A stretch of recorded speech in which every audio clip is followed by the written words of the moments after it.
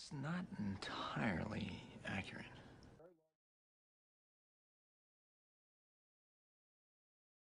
Let me start off by saying this. If Bill Nye, the science guy, were to suddenly be stricken with Alzheimer's and his memory was affected to the point of him practically being a potato, he would still have a better understanding of fossilization than you do, thick shades.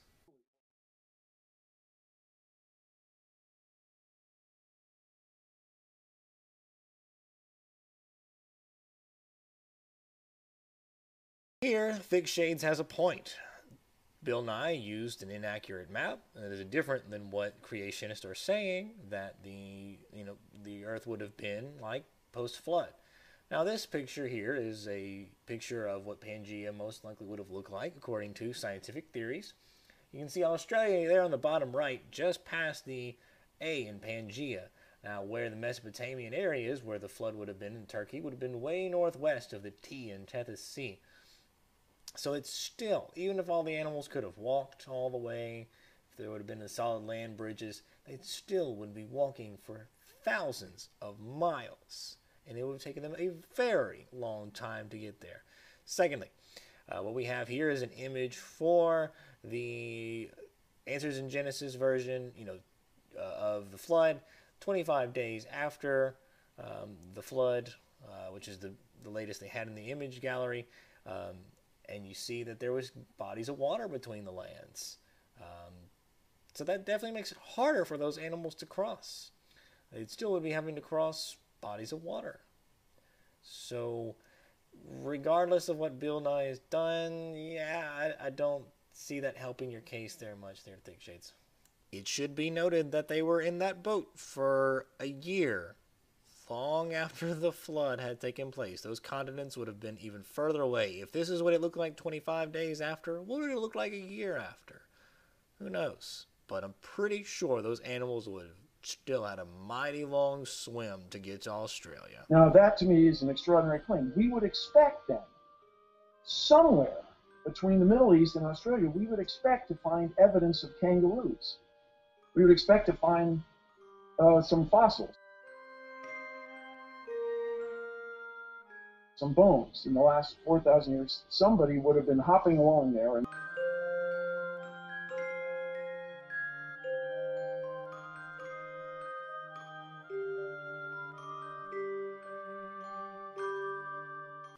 Thick Shades, if there's anything that I've learned, it's that you don't understand how fossilization works. This is not the first time I've tried to cover fossilization with you. We first have done it with sea animals about 9 times, and now I'm going to have to do it again with land creatures. Now, thankfully I have found a good site that goes into really good detail about how this could have been done, and gives you nice, easy flashware pictures, and you just click and it just does it for you. It does all the hard work for me. But basically it showed how there was the mud from the floodplains and muddy areas. As we know, floodplains are areas alongside, adjacent to rivers and whatnot, where especially in flood areas where overflow of water would make the area muddy. Animals would have got stuck in there or died there from living along that side of the ocean, or attacked by a creature and it died there, whatever. It would have been buried in those sediments from that mud. That mud would have kept it safe from scavengers or the aerobic processes or parts of it if scavengers had eaten some of it, or if it would have sank wholly in the mud, it would have been completely protected from it. If they would have been underside cliffs or from mountains that would have had falling rocks on it, those falling rocks and debris and whatnot could have protected it as well. And we find fossils of that, not the perfect fossils, but we do find certain fossils or parts of a whole animal. And then we also have, if we would have found animals in sinkholes, which we do. Now, sinkholes are basically, we have levels of land that were up above. We found, sorry, I was shaking something. So a regular level where the surface area where people would walk on, and then below that was a layer of, say, limestone, and the water from the sky was more acidic and would actually seep into the ground and kind of wilt away and destroy and tear up that limestone, and so there would be kind of more and more gaps, and eventually enough weight on that surface area would just make the sinkhole. It would just crush, and all the weight would just sink in. We have sinkholes all over the world. I mean, they are everywhere. And we found fossils of animals in sinkholes. It just happens. I mean, they're enough to sink in parts of cities, take out big buildings and cars. So I know they can take down an animal. Again, we found the fossils there. And then there's also volcanic ash. Volcanic ash can bury animals, and we have a lot of fossils in that. In China, they found a whole bunch of very well preserved dinosaur fossils that were preserved by volcanic ash. Now, I know you guys have seen that volcano movie, that Tommy Lee Jones movie, and you see the ash and it's sprinkling down, you know, la la la la la la la la la la la. But it's not really like that for this case. This is more of a pyroclastic wave of hot air and ash in gale force winds. I mean, these were knocking back the smaller dinosaurs and bigger dinosaurs. So these were huge explosions. And they were knocking, and they found these, dinosaurs inside the riverbeds and inside lakes and whatnot. And they were either drowned, or the hot air and that volcanic gas they breathed in killed them, one of the two, or both. And they were preserved by that volcanic ash. Stopped the aerobic processes and stopped the scavengers, or killed all the scavengers too. Not to mention all the gas from the volcano. But anyway. Okay, fine. So a volcano can throw out some ash, but to take out a dinosaur or a bunch of dinosaurs, that had to be a lot of ash, right? Well, Mount Vesuvius was actually able to cover an entire city, or the Herculaneum, a city in Italy, it covered it up with 23 meters worth of ash. That's pretty deep. And it was basically able to fully preserve that city in that ash.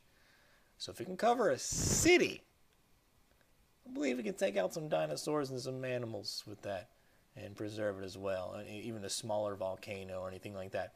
Let's not forget how many volcanoes are near that area where the flood was supposed to be taking place. Such as Mount Ararat. That's a fucking volcano, by the way. That's a nice place to bring the ark, to a volcano. Way to go, God. That doesn't even include the 5 or 6 other volcanoes that are near that area. And if all of these animals were walking along that shoreline, to get all the way from that Mesopotamian area all the way down to Australia, the ones they would have encountered there, they would have seen volcanoes there as well. Since we're getting into all the Australian animals, the kangaroos, the wallabies, the dingoes. Is a wallaby the same thing as a kangaroo? Rocko's Modern Life, he was a wallaby, but I don't think that's... anyways. All those different animals, assuming that they're making, the long trek, the thousands of miles journey to get to Australia, or over that land bridge that nobody seems to know where that's at. They would have, been walking along the water most likely, and as we remember from the creationist understanding of how the sea animals survived, is they were all just fine. So there was all types of, crocodiles and alligators and all other kinds of hungry animals that see all these koalas and kangaroos going, hey, I can make it out on land. I can probably snap me up a kangaroo or two. And so they could have. They could have grabbed them and pulled them into water. Even though they ate most of their bones, some of the bones could have made it into the sediments, and that's very likely. They find stuff like that too. Not to mention regular earthquakes and regular events that cause a rapid burial and sudden shifting in sediments, monsoons, and all those kind of good things. All of these reasons that they could have found regular animal bones in all sorts of various situations. Not to mention if they're out in the desert, which is, that area, sandstorm, and could have killed the animal, and the animal got shifted under, a sand dune or something, sediments, that sand would have protected that too. All just so many kinds of reasons we would have found some damn bones. If there was possible at all, they would have found some. And it's not a stretch to think they could have. Now, we don't have just animal bones, but we also have trace fossils. Paleontologists, when they're searching for animals or their habitats, they find not just animals, but they'll find trace fossils. These are fossils such as eggs or nests or burrows or even fecal matter or any kind of waste. Something that, and then they can actually trace these. They can actually find fossils of this in the shifting sediment because just like anything else, a rapid burial, either just from, again, a monsoon or anything like that, or just anything, any small shift of wind or whatever, they could bury that sediment. I mean, it's mostly fecal matter, so not many scavengers going for that, but it can be reserved. Empty shells of eggs and nests or whatnot. Again, those scavengers there, they can find those kind of things. They can find times where those are rapidly buried, and even footprints. Imagine if you have kind of that muddy river like we talked about in those flood banks, and those animals are walking along. They leave muddy footprints, and then it dries, and then sediments slowly come over it after it's dried, and it pushes it down, down, and down. And it gets, the heavier sediments start to kind of, make a fossil of that footsteps. And then, when a tectonic plate shift hits and it pushes that rock back up and pushes the footprints back up, and now we have fossils of footprints. And they would be finding those too. Again, they were in a Mesopotamian floodplain. And they were all these animals were walking by rivers and whatnot. And it's where life is. Where there would have been mud and things like that. They would have found all of these kind of things in all types of trace fossils in these areas. And we find them all the time. So there's no excuse that they wouldn't have found these things from all of these thousands of animals, including the kangaroos, there. It's just, and that's just how it is.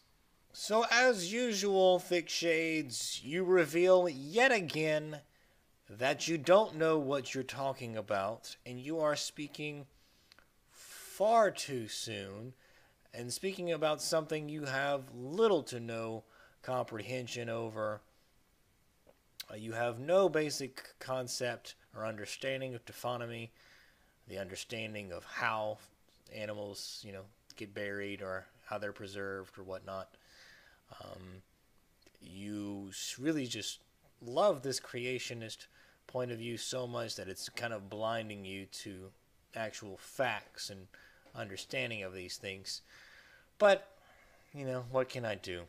I have provided the relevant links below about sinkholes, floodplains, that ABC website where it gives you a really good understanding of how fossils actually can form.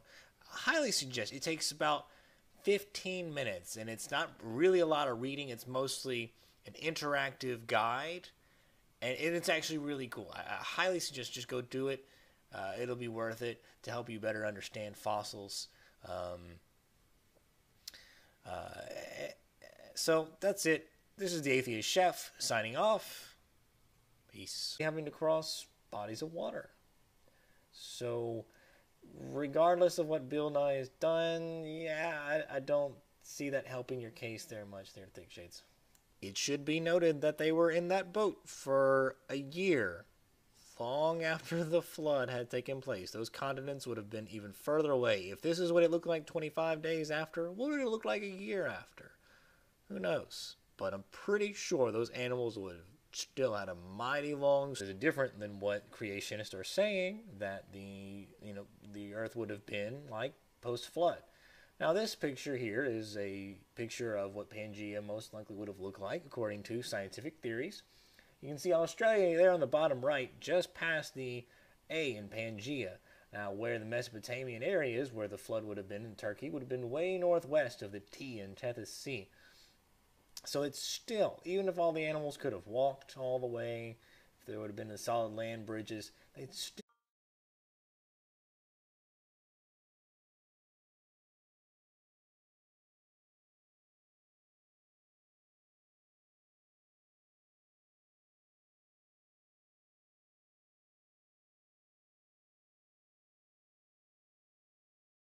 That's not entirely accurate.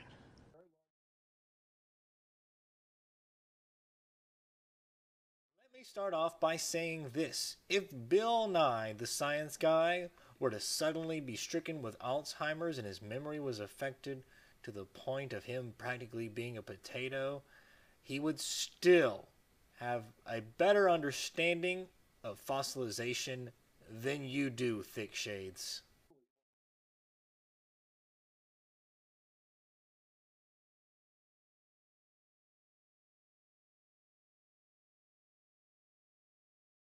Here, Thick Shades has a point. Bill Nye used an inaccurate map and still would be walking for thousands of miles, and it would have taken them a very long time to get there. Secondly, what we have here is an image for the Answers in Genesis version, of the flood, 25 days after the flood, which is the latest they had in the image gallery. And you see that there was bodies of water between the lands. So that definitely makes it harder for those animals to cross. It still would be